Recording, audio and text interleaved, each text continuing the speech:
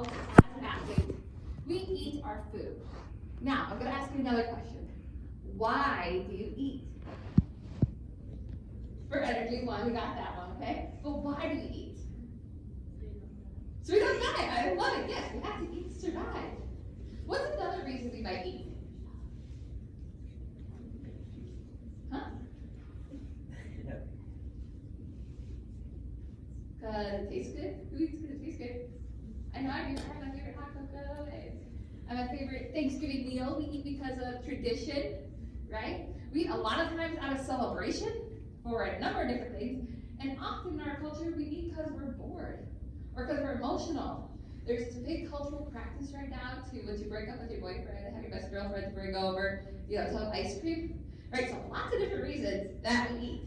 Now, today, we're going to talk about how to define that purpose behind what you're eating to support that athletic performance.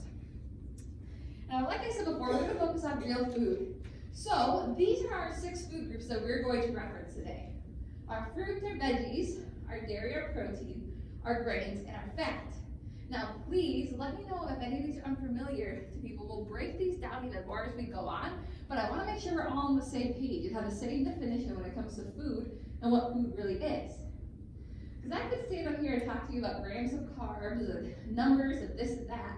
However, that's not often how we actually relate to food. You're not going to go to the gas station and buy 36 grams of carbohydrates, right? You're going to buy a banana.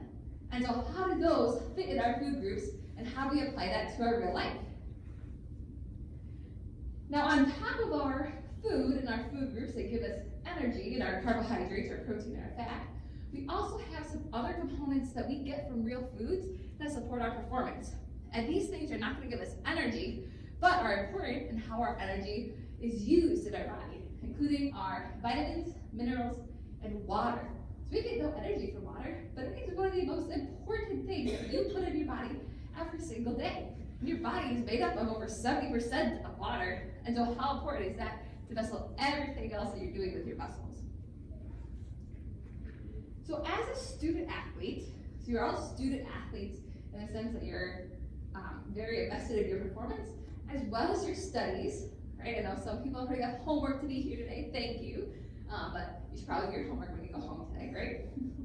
But on top of everything that we do in our athletic performance, we are supporting our body in the other, 22 hours of the day. If you have practice for 2 hours, the rest of the hours of every single day are supported by the same energy that you take in for your practice.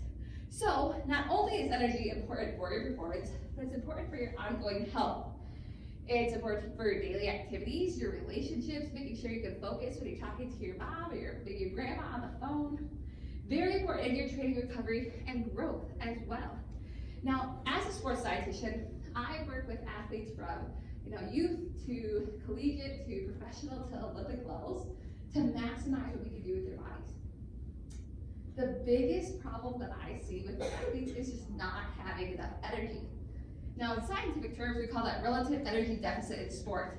And it comes with a variety of these symptoms that we'll talk about today, because I want you to recognize when you're not getting enough energy, especially in soccer. It is estimated that about 30 to 35% of all soccer players are at this energy deficit that causes some of the symptoms that we'll talk about. Now, when we're thinking about our energy to support all these things that we mentioned, our body is going to strive to really win at this whole teeter-totter game. Who wrote on a teeter-totter when they were younger? They're not quite as common anymore, but we get that balance, right? We're always going to push for a balance. So, your body's going to start this thing called homeostasis. But again, that just means balance. Now, everything that you take in, the calories that you consume, calories just being a unit for our energy, are going to support everything that we do. So your cellular maintenance, right? That's everything that's going on in your body that we have no recollection or feeling of. There's literally hundreds of thousands of cell processes going on that your energy is supporting. Your temperature regulation, so the ability to keep from getting too hot or getting too cold. When we don't have enough energy, our body often gets too cold too often and overheats too often. That's a real big sign that we're not getting the energy our body needs to support ourselves. Our immunity, our energy provides us the ability to keep from getting sick. if you're getting sick pretty frequently, or more than like, once or twice a year, that's a sign that we may not have enough energy to fight off a lot of those illnesses. And now growth and repair is a good one. We are all growing athletes, up until we are, elderly, and then we start shrinking a little bit, right? But at this time, everything that you do with your body on the field or in the weight room, or just in your daily growth, because we're all still growing, right? That takes energy. Now, one big sign that we're not going to get enough energy is if we're not growing at the rate that our doctor sees in our growth curves. So that for parents is a good sign to be aware of, that your athlete, your son, your daughter, might not be getting enough energy in general. And now, you're maintaining your activity all throughout the day. As a very dedicated athlete, you're going to still push through a lot of these symptoms to maintain your training and activity. Sometimes you might get sick or feel like you have a cold, but you're still going to come out to practice. And so when your performance starts to decrease as well, and you're just not feeling as strong or as powerful, that's a big sign that while you're training super hard, you're not getting a lot of those adaptions or the strength and the power and the technique that you've been working on and adding all throughout that process. And now for the women in the room as well, your menstrual cycle and your hormonal health, those are very, very important, a big part of what your energy is going to support.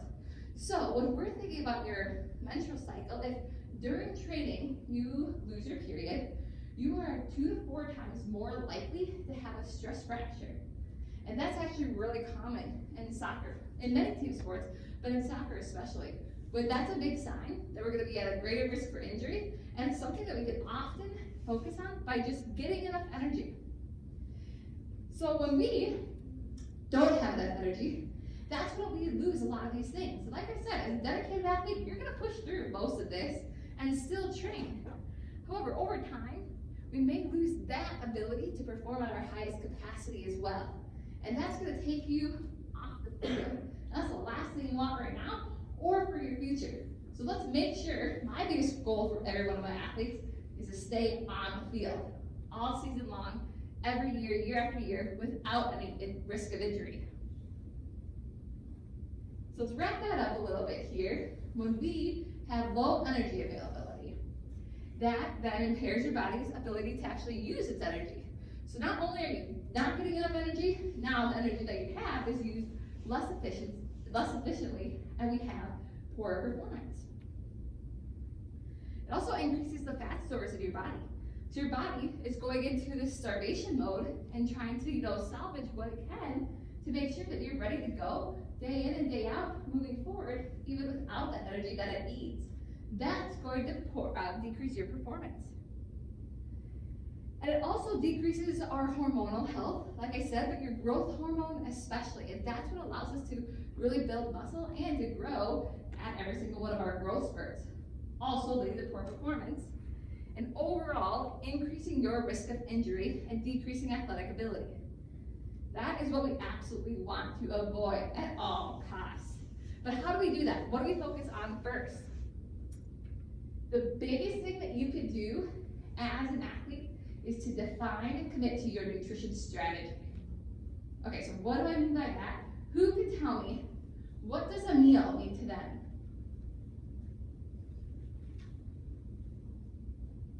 We eat hopefully 3 days. What is a meal? What's a meal versus a snack? Fills you up more. Yeah, fills you up more, exactly. We have more energy in a meal, whereas a snack we might just have, grab and go, quick energy. When we're thinking about our meals from now moving forward, I want us to think of our food groups. So we have those 6 food groups, and I want you to define a meal as something that obtains at least 4 out of those 6 food groups. So I have a lot of athletes who say, oh yeah, I had lunch, I had a protein bar.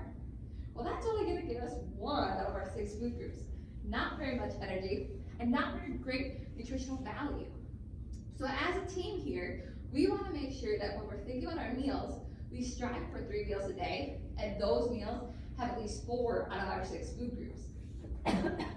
Excuse me, I'm getting over a little cold, so my voice is a little raspy.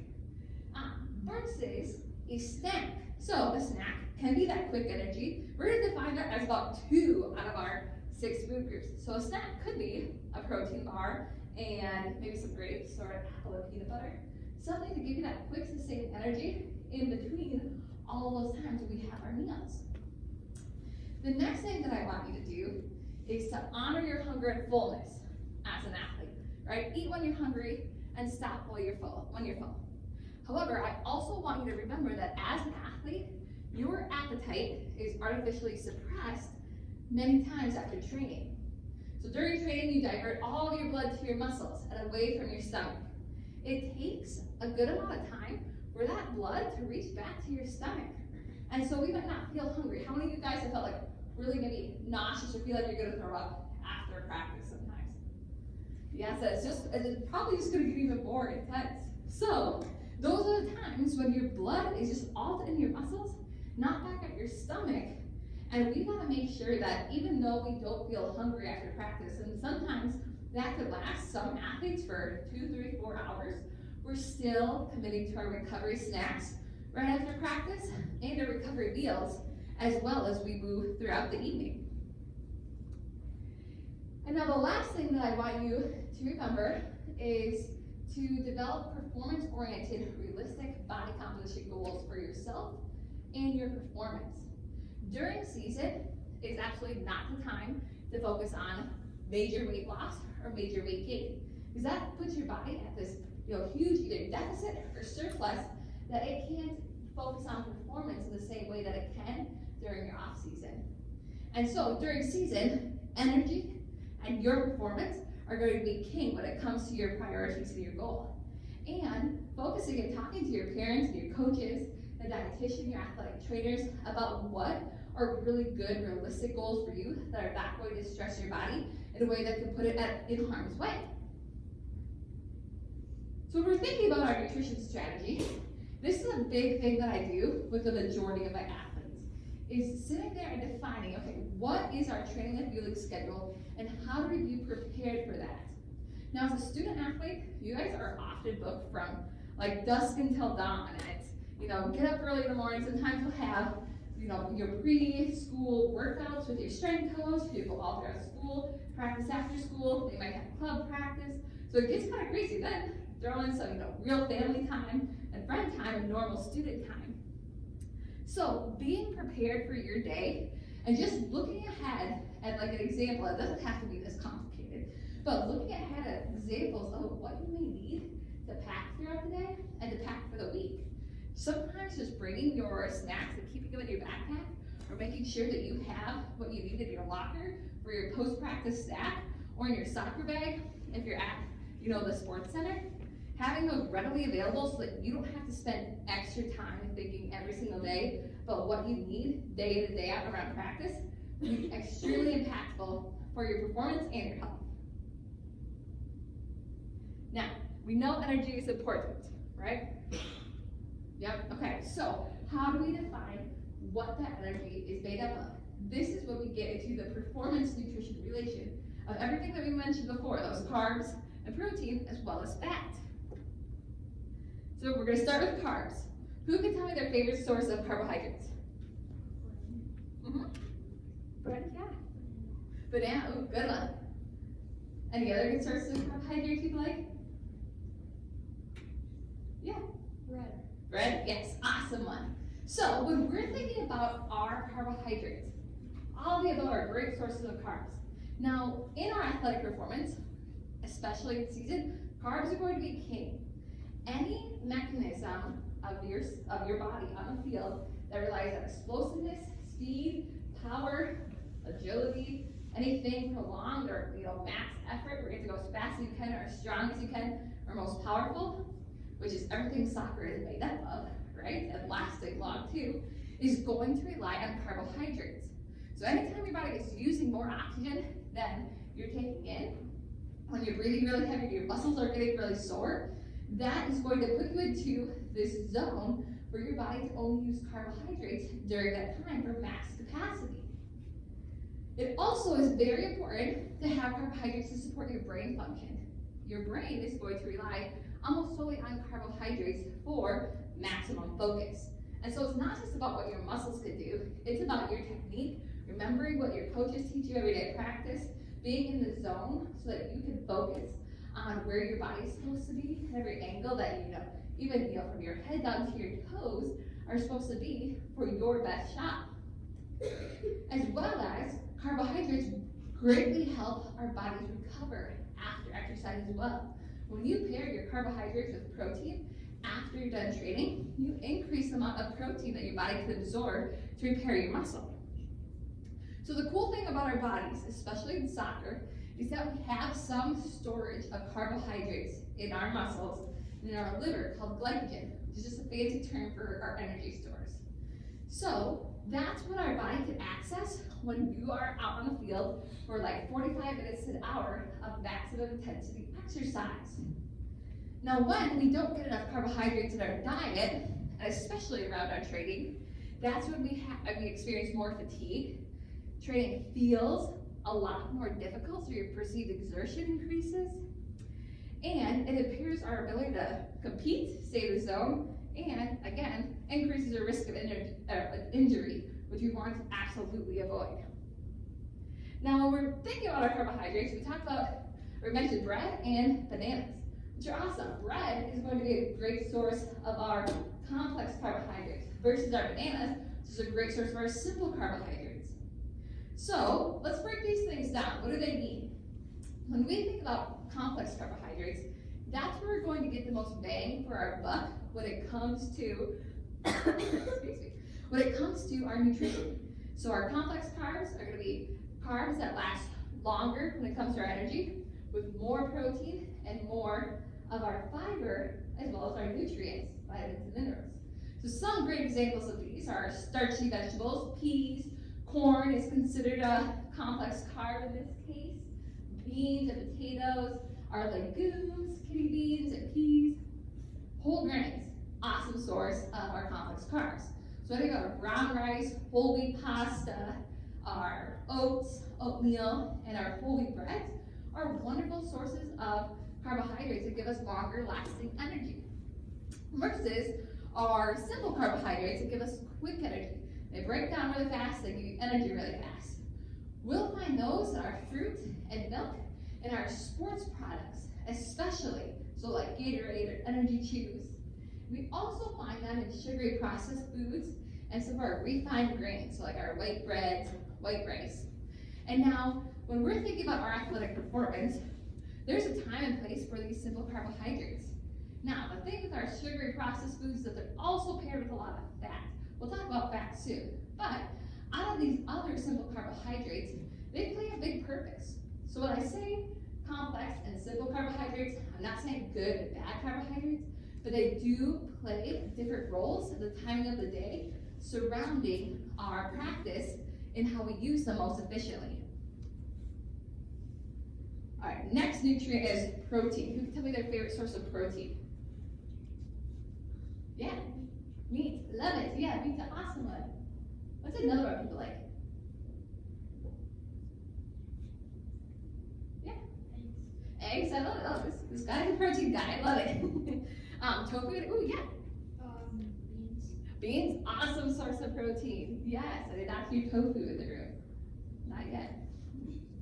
So when we're thinking about protein is going to play a huge role in allowing our season to last.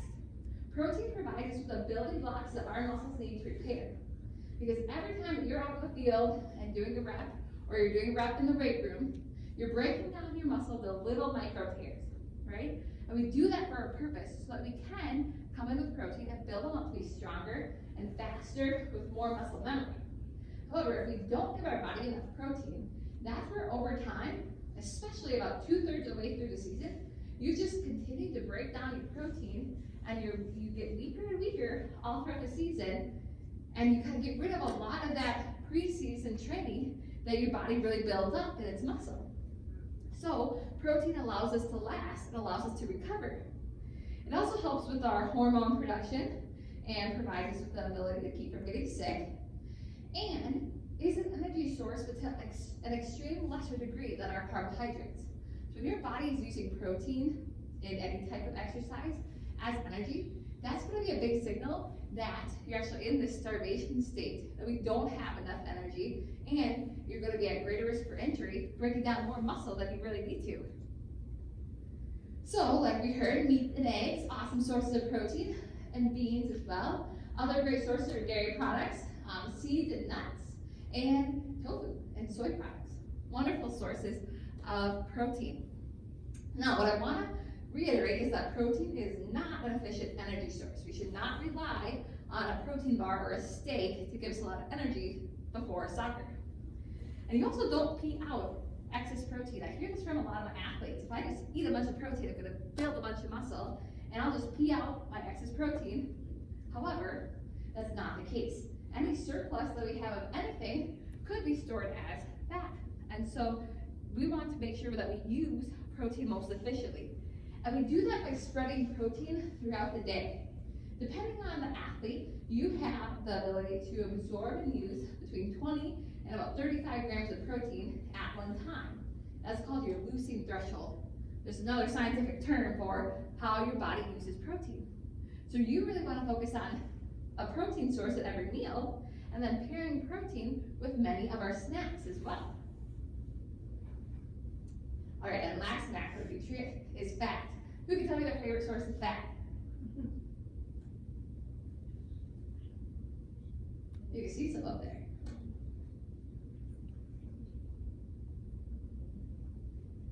Yeah. Avocado, awesome one. And no, that does include guacamole. I want to take that. Any other great sources of fat? Yeah. Butter? Yeah, that's an awesome source of fat as well. So when we're thinking about our fats, this is one of the most undervalued nutrients when it comes to your athletic performance because we don't usually use it around our activity. However, when it comes to the fat in our diet and our normal meals outside of our training, fat is very essential. And now what I want to point out right away is that fat is not a feeling. So if a teammate or a family member or a friend says, I feel fat, you can go to them and say, that's interesting. I didn't know you could feel like an essential nutrient. Because that is all fat is. Now, what fat helps us do is provide us with thermal regulation. So when your body temperature heats up, during soccer, that fat allows you to regulate that temperature and buffer it so that you can cool down without overheating. Who's ever overheated, especially in the summer when it comes to our athletic performance? Right? Sometimes it is going to be inevitable.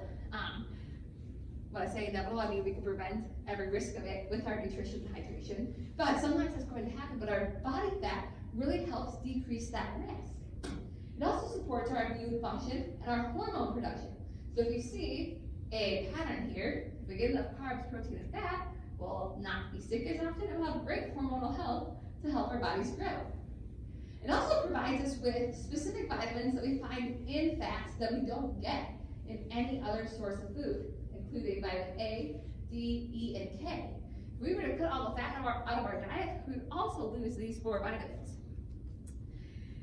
Now, fat could also act as a source of energy for low intensity and long-term resistance training. So as you become a trained athlete, maybe one day you want to run a marathon when you're older, right? That's a good source of energy that is that type of exercise. However, during your soccer performance right now, when it's very high intensity, high power, high movement, sprinting, and exploding, then it's not going to be as great of a source. Now, when we're thinking about the fats that we want to include in our diet, especially during season, we're going to want to focus on our more functional fats. Now, these are called your mono and polyunsaturated fats on the back of the nutrition label. Those are scientific terms for functional fats.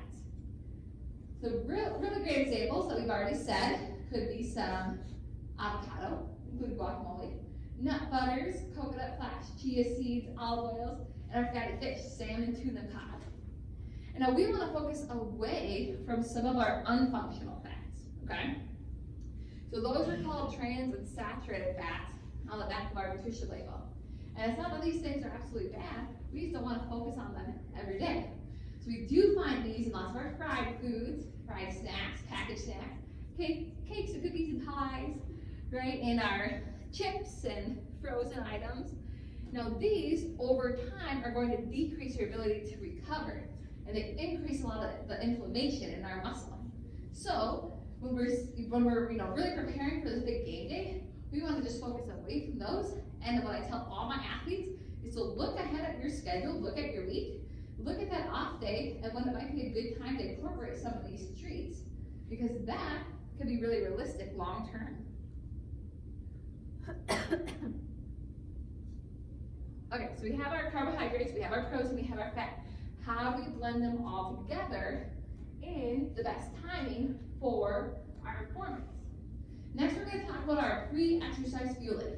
And our purpose here is going to be to provide enough of our carbohydrates for energy, maintain your hydration, and that helps us decrease your risk of injury.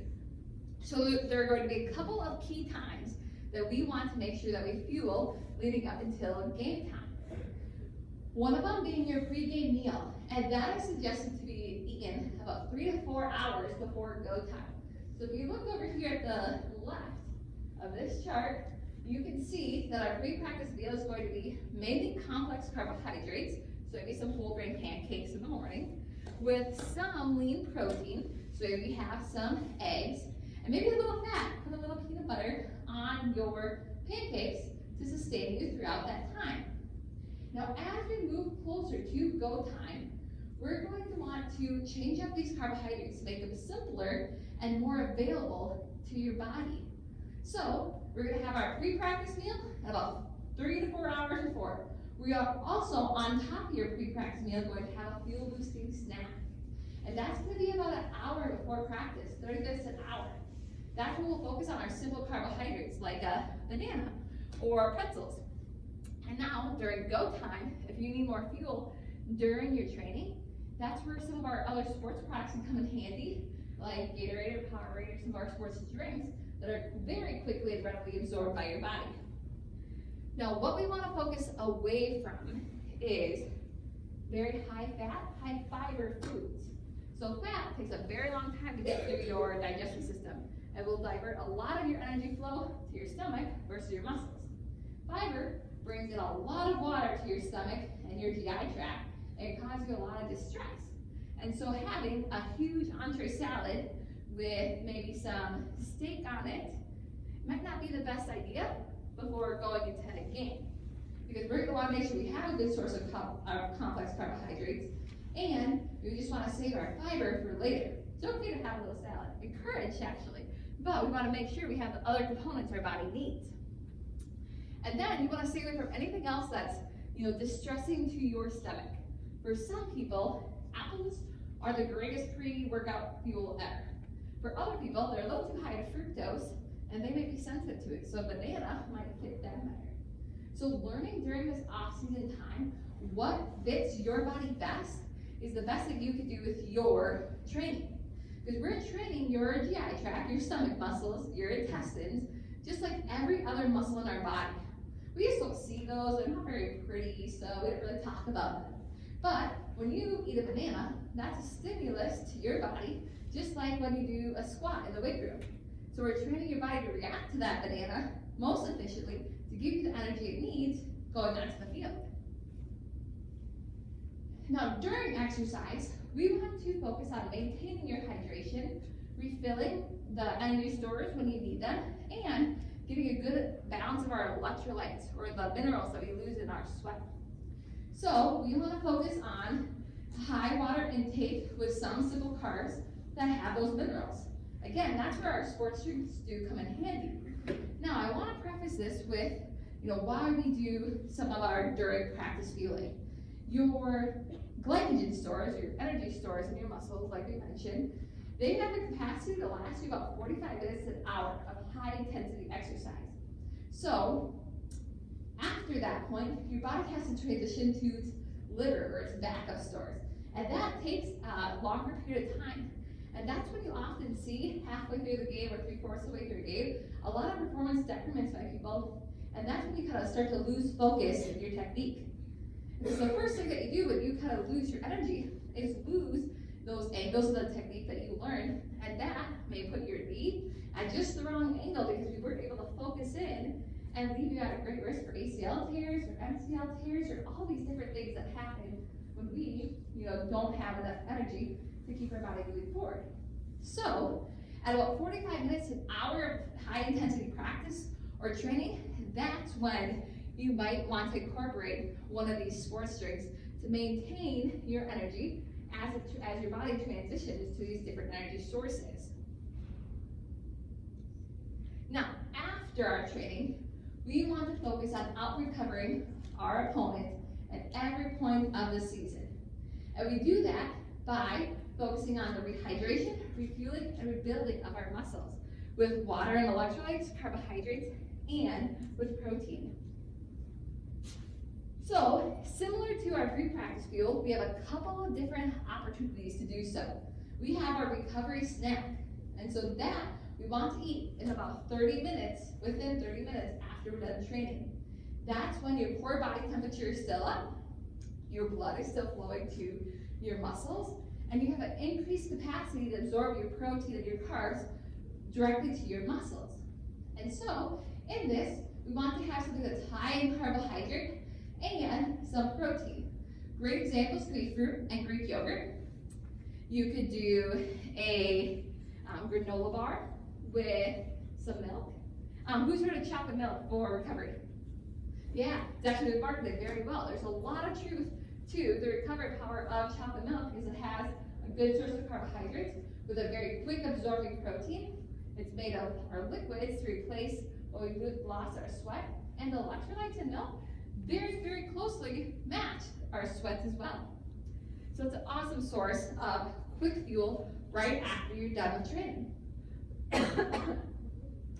Now, on top of that recovery snack, you also want to have your recovery meal. And that is going to happen about 2 to 3 hours after you're done training. So your body is actually rebuilding its protein for up to 48 hours after every training session. So if you have practice every day, you are literally in this constant state of recovery and rebuilding of your muscles where your nutrition really comes in handy. So similar to our pre-practice meal, we want to focus on a high complex carbohydrate meal with lean protein. So some good examples are turkey sub, stir fry. My favorite right now is barbecue chicken quesadilla. All these are awesome options for your recovery meals. So we have what our food is. We have how we manipulate that around our practice. Now how do we support that in our body? That's where water comes in, our hydration. So our hydration gives your body the environment it needs to thrive. So how difficult would it be to, let's say, play soccer on an ice arena? Yeah, pretty hard. You're not gonna be able to get, your feet are gonna be all over the place. It might be like fun for a second, but moving on, it's not gonna be very efficient, right? So that's what it's like for your body to perform when it's dehydrated. Now our water is a number of things. Soft tissue elasticity, regulate your body temperature, removing toxins, but why should you care? When we're thinking about our hydration, this is what helps us prevent injury. It also increases our ability to access our energy. It helps decrease cramping. Who's ever experienced cramping before? Muscular cramping? Yeah, that's a big one, especially in soccer. A big proponent of that is your hydration, as well as your pre-practice fueling. Helps you manage your training and decreases your soreness. So training is going to feel easier when we're hydrated. It'd be like, trying to, pull on something that doesn't have anything behind it. That's what happens when your muscles are dehydrated, and so you pull on them and you tear them more, and so you feel more sore over time. Now, when we are hydrated, that's when we can really increase and attain our optimal performance. So in our hydration, it kind of allows our muscles to be in their driving point for exercise. So these two things up here, this raw chicken and this jerky, who can tell me one of the biggest differences in these two things? Yeah. Yeah, one's cooked and one's not. The jerky is cooked so that we take all the water out of it. Both your chicken and your jerky are packed with protein, just like your muscles. The chicken, you could fold it and bend it And you're not gonna rip it unless you really, really get in there. I suggest doing that with gloves for food safety. Now, your jerky is dehydrated, right? Cooked so all the water comes out, and it's made to bend and tear. So, when we're focusing on our hydration, we want to obtain these raw chicken muscles versus these jerky muscles that are made to tear. Now, when it comes to dehydration, what I really want for you guys as a team is to be aware of the signs of dehydration. So headache, fatigue, confusion, nausea and vomiting, muscle cramps, dizziness, and fainting. When you see a teammate who's complaining of any of these things, it's really important to advocate for them and remind them to take a drink of water, stay hydrated, and stay, aware for yourself as well. If you're starting to feel a little dizzy, then that's a good time to make sure that you get to the sideline when you're able to stay hydrated and make sure that you're moving forward at the best environment for your body to perform. Now, one of the biggest things that you can use to be aware of your hydration is your urine. So this is something that we all have, we're all accessible to, right? You don't have to come to my fancy office and use my fancy little tools. You can use everything that you have at home. So using your urine is a really efficient source to look at your hydration over time. Now, as your urine darkens and becomes more concentrated, that's a big sign that we might be dehydrated because we just don't have enough water to put out of our body. And so we want to make sure we stay at peak performance level, and that's lightly lemonade colored urine, okay? So being aware of this over time can really help you stay on top of your hydration. Now there's a couple of caveats in there. If you are using a medication, sometimes, or like too many vitamins in your multivitamin, sometimes that can change your pee color. But for the most part, it's something that's really easily accessible for you to have. Now, the best rule of thumb to start off with, and I encourage you all to talk with a dietitian and your athletic trainer about different hydration levels, but to start, your body needs about half of your body weight in ounces of water per day. So if you are 150 pound athlete, let's say, you're gonna strive to start with about 75 ounces of water, or just under 10 cups of water. Now, when we're thinking about all the water we need to take in, it's not just from, straight water out of a bottle. It can also be other hydrating fluids. So milk is a good hydrating fluid. Juice could be a hydrating fluid. Some of our teas that are not caffeinated. Any fluid that's not caffeinated or alcohol is hydrating and can support your hydration. So remember that and shoot for about half of your body weight in ounces of water every day, and that will help you stay on top of your hydration. All right, so a couple of tips to run away with here. What I want as my greatest priority for you to prioritize your energy every day. Making sure that when you look at your plate, you're getting 4 out of your 6 food groups at your meals, and including your purposeful snacks every day, and just being prepared, looking ahead at your schedule and making sure you have what you need from school to training to practice to more training to activities. I also want you to commit to your fuel. Train your pre-practice and your recovery routine, making sure that your body knows what it likes, is using food in an efficient way, and that you have your routines down pat before you get to season. And then remember that, and I know you've heard this before, but consistency is key. Because we can wake up tomorrow morning and have the absolute perfect nutrition routine, and that would be awesome. But if we don't wake up and go to bed and do that in and out every day, then we lose that power of our nutrition. Your body is constantly turning over everything that we're eating and drinking. So making sure that you commit to your nutrition day in and day out is where we can get that real power in increasing your capacity as a student athlete and as a human being. So, energized, right?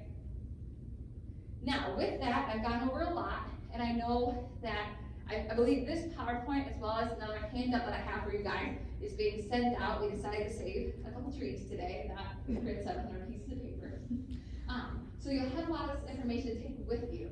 And in that packet of information, I'll also give you a list of some performance snacks, okay? So some good things that you can keep in your bag and have on the go for pre-practice and recovery snacks. And I want to open it up for what if any questions came up for today in a couple more minutes that we have to talk.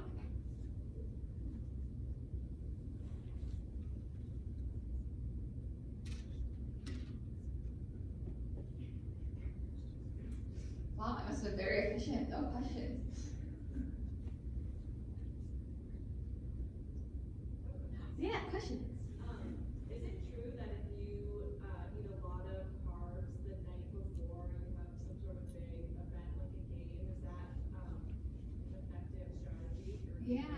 Yeah, so question being, is it effective for you to have like a lot of carbs the night before a game, before going into the game time the next day?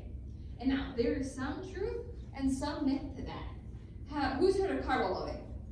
Right? Okay, so carbo loading in and of itself is when you really deplete all of your body's energy stores, all of your glycogen, to try to like double replete them. And in that sense, it does not work. Not when we're thinking about high intensity performance. So we want to stay kind of away from that.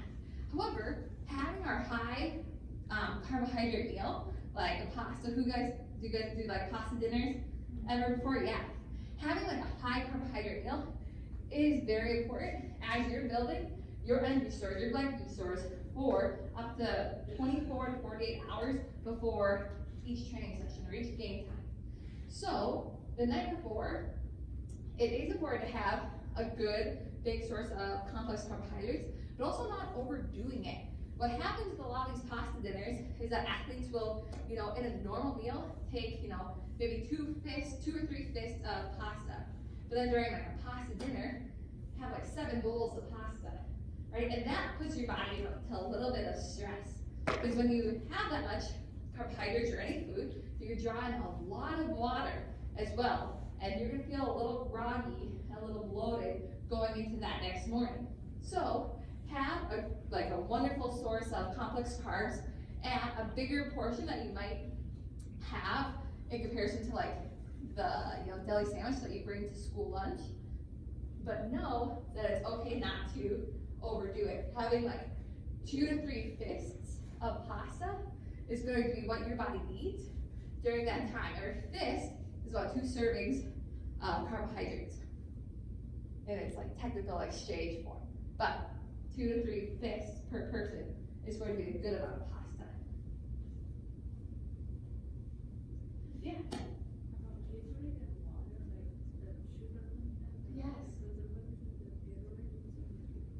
Yes, absolutely. Absolutely. So the question was, Gatorade versus water and its sugar content. Like, is Gatorade okay to use in performance?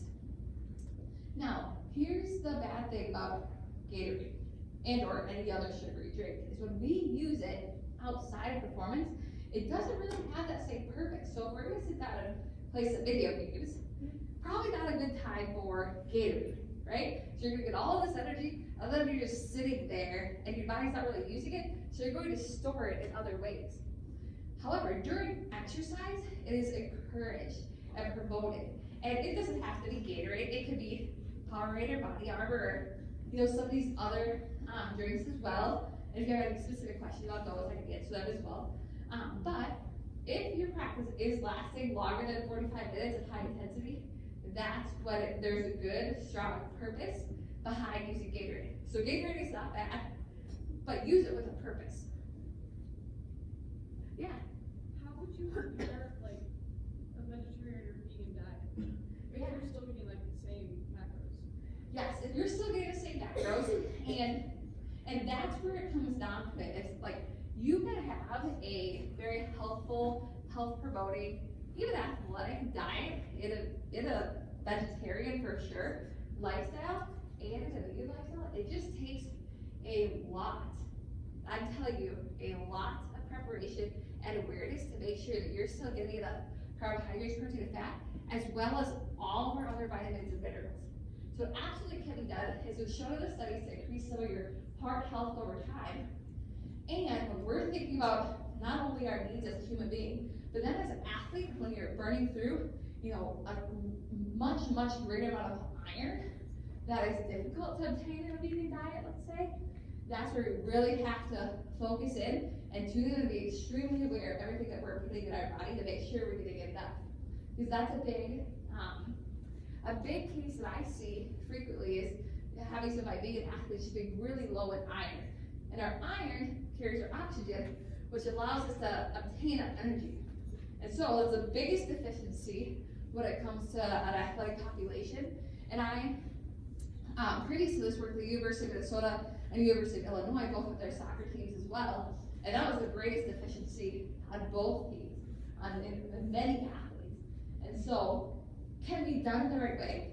It just takes a lot of effort. And I would reach out for support to do that in your athletics lifestyle. It can be awesome. Yeah, question back. If you've got like a late night game that's over at 10 o'clock, what's the best strategy for, do you still stay up till 1? Yes, so question is, late night games, then what? What do? Do you give up sleep to refuel, or do you make sure you get to bed? So both with late night games and with the early morning practices, I would always tell you to prioritize your sleep within reason. Because if I were to tell you, to stay up until 1 or 2 o'clock in the morning, or when we're looking at the early end of the day, wake up, if you have 9 o'clock practice, have a pre-game meal at, 4 or 5 in the morning, both you would give up sleep. And giving up sleep is like bending over to pick up a $5 bill when it comes to nutrition and losing a $100 bill out of your back pocket when you give up that rest. So that's where it's really important. And actually, I think the packet that we'll send out will come in handy is in making sure that you're pre-fueling the right way for that game and just going after a late night game to have a high protein, like bedtime snack. And that's actually a big goal that I work with my collegiate, Olympic, and professional athletes is having a purposeful high protein bedtime snack. Because what your body takes in that hour and a half before going and falling asleep is what it uses during your high quality cycles of sleep overnight to recover. So you get more, we call it muscle protein synthesis, overnight when you have a good source of protein before going to bed. So it sounds kind of childish to have that bedtime snack. However, it is so beneficial for your performance, your recovery, and your health. And it gets a bad, reputation to eat late at night. And there's some truth to that. Our culture has kind of shifted towards, reaching for candy or cookies or chips and like munchy, like mindless things to eat at night. And that could increase your inflammation and decrease your performance. However, we vessel that kind of snack for a strong purpose. It can actually increase your muscle productivity and your energy. So when you do have a late night snack, I want you to go home or make sure right after, maybe have some chocolate milk or a protein bar or some trail mix that you have packed in with you. And as you get home, just have one more like high protein bedtime snack. So that can be like Greek yogurt with some granola. So it might be a little bigger than you might have on a usual night, but that could really increase your recovery then moving forward.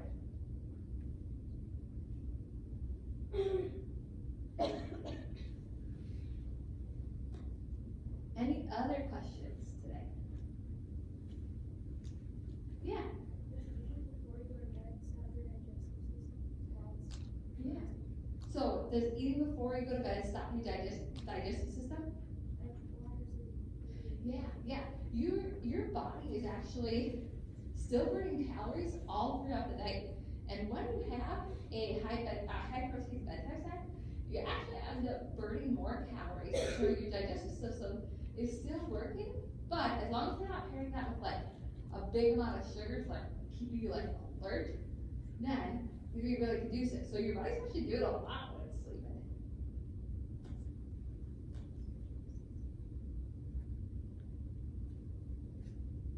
Any other questions today?